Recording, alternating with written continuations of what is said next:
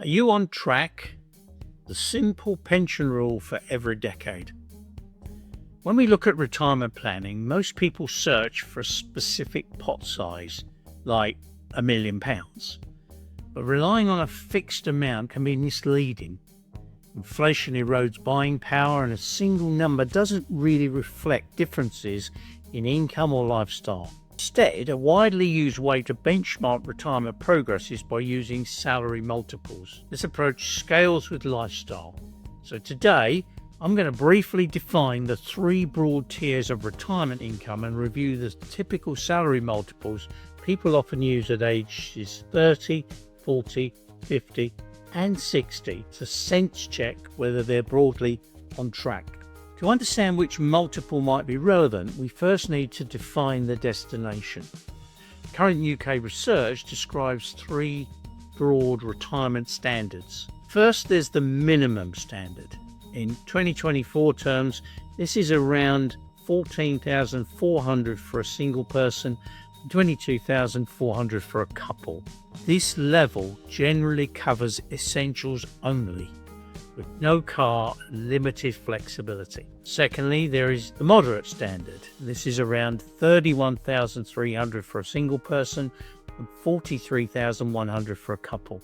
This level typically provides financial security, a reliable car, and the ability to take the occasional holidays in Europe. And then thirdly, we have the comfortable standard. This is around $43,100 for a single person and just under $59,000 for a couple. This is often an aspirational level for high earners, allowing for newer vehicles and greater leisure spending. Once you have a sense of which tier feels closest to your own goals, you can then look at the age-based benchmarks people commonly reference. Now, the foundation is age 30, so let's start with your 30s. A commonly referenced benchmark at this stage is having saved around 1 times your annual salary.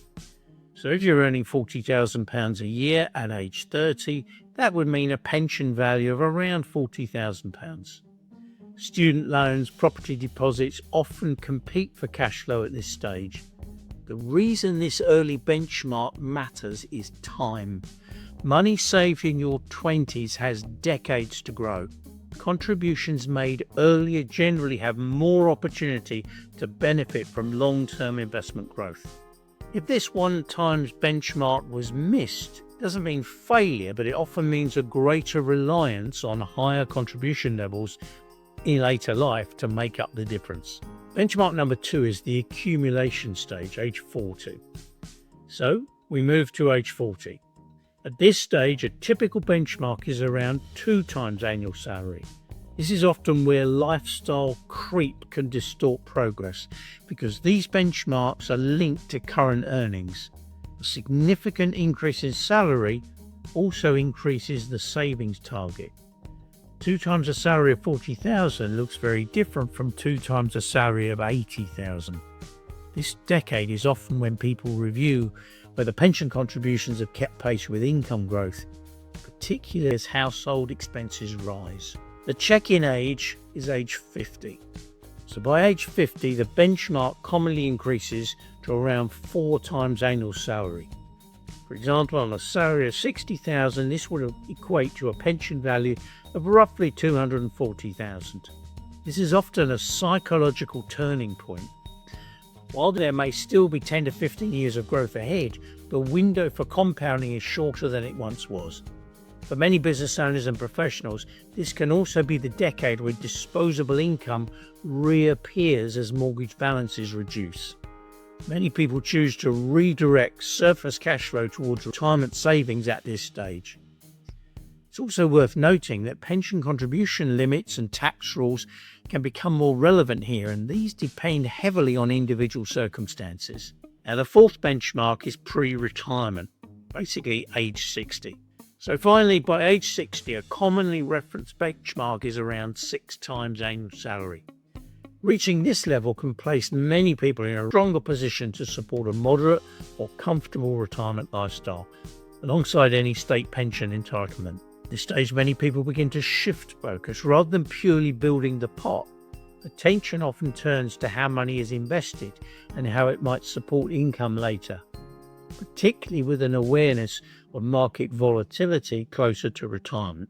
So, in conclusion, to recap the roadmap, around 1 times salary by 30, around 2 times by 40, around 4 times by 50, and around 6 times by 60.